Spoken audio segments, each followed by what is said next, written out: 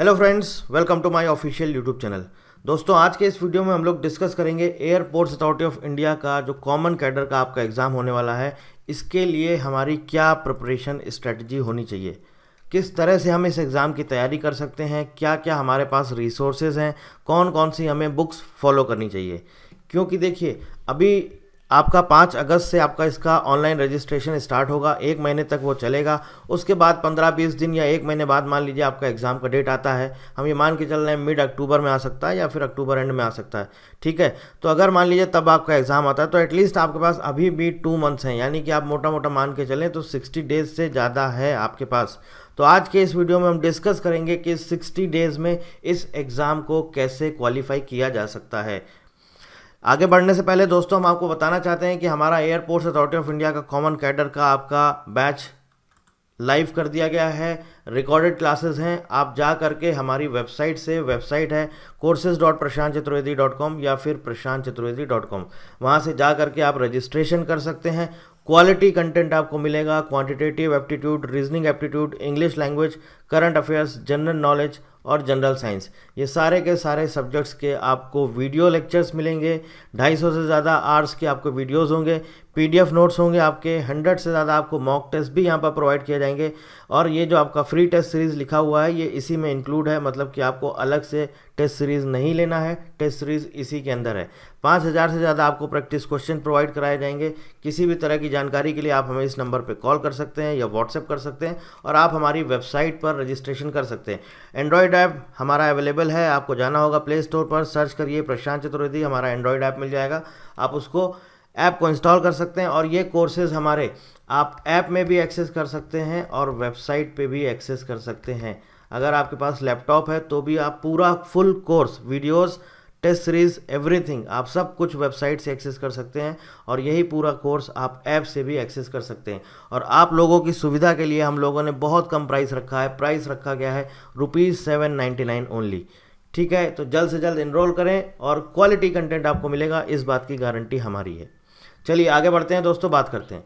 देखिए दोस्तों, कौन कौन से सब्जेक्ट्स आपके इस एग्ज़ाम में आने के चांसेस हैं। ये क्या है कि आपको पता है कॉमन कैडर का एग्ज़ाम है, तो ये एक कॉमन एग्ज़ाम तो हो गई होगा, तो ये सेक्शंस तो आपके आएंगे ही आएंगे, पूछे जाएंगे।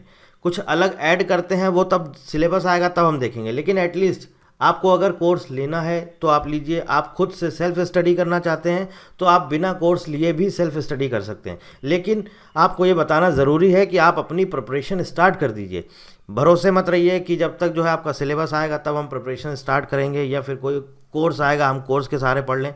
आपको अगर लग रहा है हम सेल्फ स्टडी करना चाहते हैं, हम खुद से पढ़ना चाहते हैं, तो सिलेबस का वेट मत करिए, क्योंकि ये कॉमन सब्जेक्ट्स हैं, ये आपके पूछे ही जाएंगे। कुछ नया ऐड होगा तब वो सिलेबस आ जाएगा, उसके बाद हमें पता चलेगा। अदरवाइज़ ये कॉमन सब्जेक्ट्स हैं, ये तो आपके मोस्टली हर कॉम्पिटिटिव एग्जाम से पूछे जाते हैं। तो आप एटलीस्ट नॉन टेक्निकल पोर्शन या नॉन टेक्निकल पार्ट जो है, इसकी प्रिपरेशन तो अभी से शुरुआत कर सकते हैं ना। तो सबसे पहले हम बात करेंगे कौन कौन से हमारे सब्जेक्ट्स इसमें आ सकते हैं जो कि कॉमन है। क्वांटिटेटिव एप्टीट्यूड है आपका, रीजनिंग एप्टीट्यूड है, इंग्लिश लैंग्वेज है दोस्तों, करंट अफेयर्स है, जनरल नॉलेज होगा और जनरल साइंस होगा। यहाँ पर हम आपको बताएंगे इसके लिए क्या बेस्ट बुक्स होनी चाहिए। देखिए, सबसे ज़्यादा जो स्टूडेंट्स को प्रॉब्लम आता है वो 2 सब्जेक्ट्स हैं। बेसिकली प्रॉब्लम नहीं आता है, उनको ये समझ नहीं आता है कि ये कहाँ से इसकी तैयारी करें।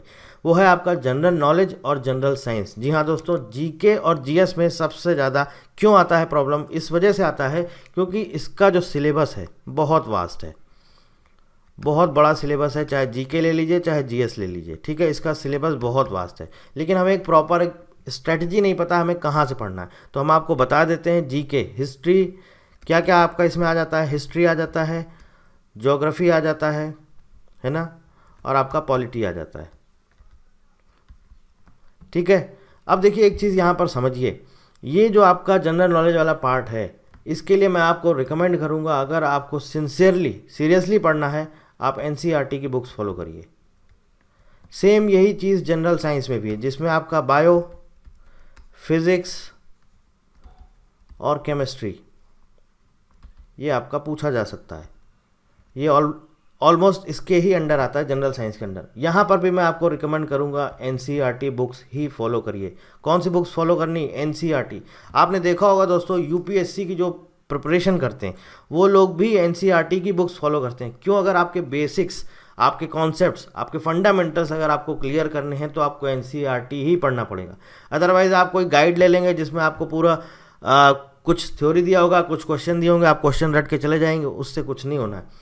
आपको कॉन्सेप्ट्स क्लियर करने पड़ेंगे, बेसिक्स क्लियर करने पड़ेंगे, क्योंकि इतना इस एग्ज़ाम के लिए, इस पोस्ट के लिए इतना कंपटीशन होगा, बहुत सारे स्टूडेंट्स लाखों में बैठेंगे। तो आप चाहते हैं कि आप अच्छा स्कोर करें, अगर एग्ज़ाम में क्वेश्चन आए तो आप एटलीस्ट उसको सॉल्व कर सकें। तो उसके लिए आपके बेसिक्स, आपके फंडामेंटल्स, इनका आना आपको बहुत ज़रूरी है। हर सब्जेक्ट का, हर सब्जेक्ट के अंदर जो भी टॉपिक्स हैं उसके अगर बेसिक्स आपके बहुत अच्छे से क्लियर है तो आपसे कोई भी क्वेश्चन पूछ लेगा, कॉन्सेप्चुअल बेसिस भी पूछ लेगा तो भी आप वो सॉल्व कर सकते हैं। तो मैं रिकमेंड करूंगा आपको एनसीईआरटी। और भी मार्केट में बुक्स आती हैं, ऐसा नहीं कि बुक्स ख़राब हैं, आप बाकी बुक्स चाहें तो आप इसके अलावा वो भी फॉलो कर सकते हैं, लेकिन मैं आपको रिकमेंड करूँगा आप एनसीईआरटी जीके और जीएस के लिए ज़रूर फॉलो करिए। और क्लास 10 तक का फॉलो करना है, 9-10 का एनसीईआरटी आप जीएस के लिए फॉलो कर सकते हैं। इसके लिए आप क्लास 8 का, 6, 7, 8 का आप बुक फॉलो कर सकते हैं एनसीईआरटी जनरल नॉलेज के लिए। ठीक है, हिस्ट्री, ज्योग्राफी, पॉलिटी आपको वहाँ पर पूरा मिल जाएगा, आप वो फॉलो कर सकते हैं। और इसके अलावा अगर आपको लगता है हमें कोई और बुक्स लेनी चाहिए तो आप ले सकते हैं, अदरवाइज एनसीईआरटी पर स्टिक रहिएगा। बेस्ट कंटेंट है, बेसिक्स आपको अगर अपने सॉलिड करने हैं तो इससे अच्छी बुक्स नहीं हैं। NCERT books are best books. आपको किसी भी एग्ज़ाम का प्रिपरेशन देना है, जहाँ पर जीके आता है, जीएस आता है, एनसीईआरटी बुक से अच्छा कोई बुक नहीं है। अब आते हैं, बात करते हैं करंट अफेयर्स की। दोस्तों करंट अफेयर्स में दोस्तों देखिए क्या है, आप लोग क्या करते हैं, लास्ट टाइम पर 500 पेज का, 300 पेज का, 200 पेज का एक पीडीएफ ले लेते हैं, उसका प्रिंट ले लेते हैं और लास्ट टाइम पर पढ़ते हैं। ऐसा नहीं है, आपको सिर्फ डेली 15 मिनट देना है, सिर्फ 15 मिनट्स आपको देना है। अपने आप को अपडेट रखना है न्यूज़ से, अपने आप को अपडेट रखना है न्यूज़ से और साथ में करंट अफेयर से। इसके लिए आप क्या कर सकते हैं, न्यूज़ का कुछ आप कोई ऐप वगैरह इंस्टॉल कर सकते हैं, आप ट्विटर पर एक्टिव रह सकते हैं। ट्विटर पर आपको पता रहता है कि कौन कौन सी जो भी आपके काम की चीज़ें हैं, आपको सिर्फ वही फॉलो करना है। ऐसा नहीं कि आपने कुछ भी फॉलो कर लिया। आपके काम की एजेंसीज, जैसे मान लीजिए आपका डीडी न्यूज़ हो गया, आप उसको फॉलो कर सकते हैं। ऑल इंडिया रेडियो न्यूज़ हो सकता है, ठीक है, आप उसको फॉलो कर सकते हैं। इस तरह के कुछ आपके ट्विटर के अकाउंट हैं जो कि आप फॉलो कर सकते हैं और रेगुलर आपको यहाँ पर न्यूज़ मिलता रहेगा। और आपको क्या करना है, आपको हर 2-2 घंटे में जा करके बस चेक करना है, 5 मिनट के लिए, 10 मिनट के लिए, इससे ज़्यादा नहीं पता चला आप टाइम मोबाइल में ही वेस्ट कर रहे हैं। आपने 10 मिनट देखा नहीं 2 घंटे में, तो आप एक बार दोपहर में 12 बजे देख लीजिए, उसके बाद शाम को 6 बजे देख लीजिए। ठीक है, आपको पता चल जाएगा दिन भर की क्या न्यूज़ है। और आपको दिन में भी टाइम नहीं है तो आप सीधे शाम को रात में 9 बजे देख लीजिए कि आज दिन भर की क्या न्यूज़ आई है, क्या क्या न्यूज़ इन्होंने शेयर करी हैं। आप उसकी एक कॉपी बनाइए और उस कॉपी में डेट वाइज अपना डेट लिखिए और उसको खुद के नोट्स बनाइए कि आज सिर्फ 1 लाइनर, ऐसा नहीं पूरा डिटेल में लिखना है, बस 1 लाइनर। आज जैसे मान लीजिए कोई अपॉइंट हुआ, आपने लिख लिया ये नए बने हैं, और उसके बाद उसके कुछ कुछ साथ में उसके फीचर्स, जैसे किसी ऑर्गेनाइजेशन का कोई मान लीजिए सीबीआई का कोई नया डायरेक्टर बना, ठीक है, तो आपने डायरेक्टर का नाम लिखा, सीबीआई का हेडक्वार्टर लिखा, सीबीआई का हेडक्वार्टर कहाँ पर, सीबीआई की टैगलाइन लिखी, बस इतना सिंपल। इस तरह से आप करंट अफेयर्स के नोट्स बनाएंगे तो आपके हैंड रिटन नोट्स जब आप खुद से बनाएंगे तो आपको याद नहीं करने पड़ेंगे, रटने नहीं पड़ेंगे। लास्ट टाइम पर आप जब देखेंगे ना, आपको फटाक से याद हो जाएंगे। तो मैं आपको रिकमेंड करूँगा करंट अफेयर्स के लिए आप डेली 15 से 20 मिनट दीजिए, ठीक है। लास्ट में 200 पेज का पीडीएफ लेके मत फॉलो करिए। अब इंग्लिश की बात करते हैं। इंग्लिश के लिए भी बहुत सारी बुक्स आती है मार्केट में। मैं जो आपको रिकमेंड करूंगा, मैं ये करूंगा, अगर सपोज़ आप मान लीजिए किसी बोर्ड से, स्टेट बोर्ड से आप बिलोंग करते हैं, स्टेट बोर्ड से आपने पढ़ाई करी, मान लीजिए आप किसी भी बोर्ड के हैं, यूपी बोर्ड है, एमपी बोर्ड हो सकता है, ठीक है, बिहार बोर्ड हो सकता है, महाराष्ट्र बोर्ड हो सकता है, गुजरात बोर्ड, कोई भी बोर्ड हो सकता है। आपने वहाँ पर 11th-12th में इंग्लिश ग्रामर का बुक पढ़ा होगा, ज़रूर पढ़ा होगा इंग्लिश ग्रामर। आप इन बुक्स को फॉलो कर सकते हैं, क्योंकि हम लोगों ने जो बेसिक्स पढ़े हैं, जो ग्रामर के रूल्स पढ़े हैं, वो सब यहीं पढ़े हैं। उसके बाद क्या हुआ, फिर बाद में आप बहुत सारी बुक्स आने लगी, उनमें सब में भी वही रूल्स दिए गए हैं। तो अगर आप किसी पर्टिकुलर स्टेट के बोर्ड से बिलोंग करते हैं तो आप इंग्लिश ग्रामर की बुक्स फॉलो कर सकते हैं। इसके अलावा आप चाहें तो मार्केट में बुक्स भी मिलती हैं, आप वो ले सकते हैं। अब ये जो आपके 3 सेक्शन है, क्वांट्स, रीजनिंग और इंग्लिश, इनके लिए मैं आपको ये बोलूँगा, आप जाइए मार्केट में एसएससी का PYQ, previous year question paper, SSC,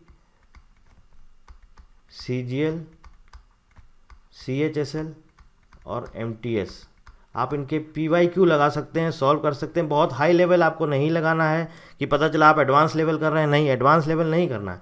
आपको सिर्फ CHSL तक लेवल तक का करना है, मतलब CGL तक तो नहीं, हाँ CGL से थोड़ा सा कम लेवल हो सकता है, लेकिन CHSL से तो ज़्यादा ही होना चाहिए, वो तो बहुत कम हो जाएगा इस एग्ज़ाम के लिए।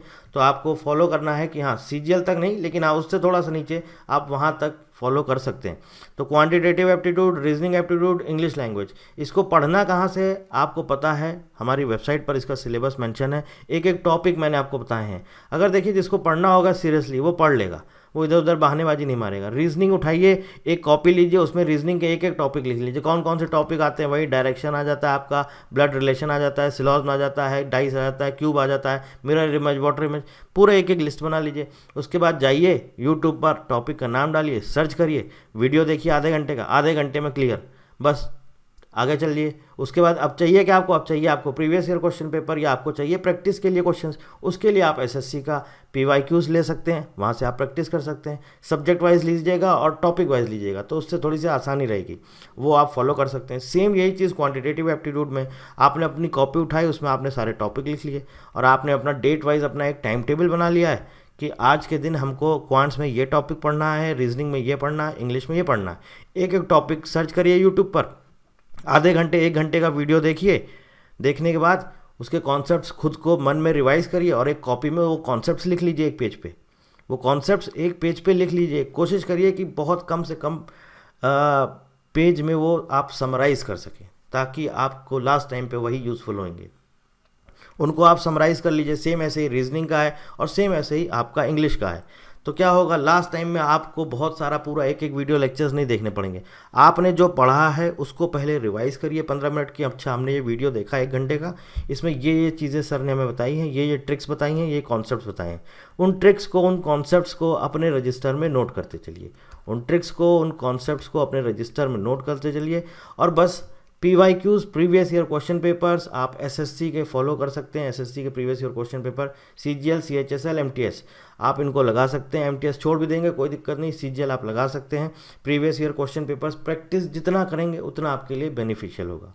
सो आई होप आपको समझ आया होगा कि हमें किस तरह से पढ़ाई करनी। एक एक तरह से बोलें तो एक डायरेक्शन दिया है मैंने आपको कि आप ऐसे टाइम टेबल बना के इस तरह से पूरा एक एक कॉपी मेंटेन करके अपने टॉपिक्स लिख करके पूरा टॉपिक वाइज डेली अपना टाइम टेबल बना के उस तरह से पढ़ सकते हैं। बाकी करना कैसे है, करना क्या है, कितनी मेहनत करनी, ये सब तो आपको ही करना है। सिर्फ मैंने आपको डायरेक्शन दिया है, आप इस तरह से कर सकते हैं। करना आपको ही है। कोई जानकारी चाहते हैं, कुछ पूछना चाहते हैं तो आप हमें कमेंट करके पूछ सकते हैं। So thank you very much and thank you for watching.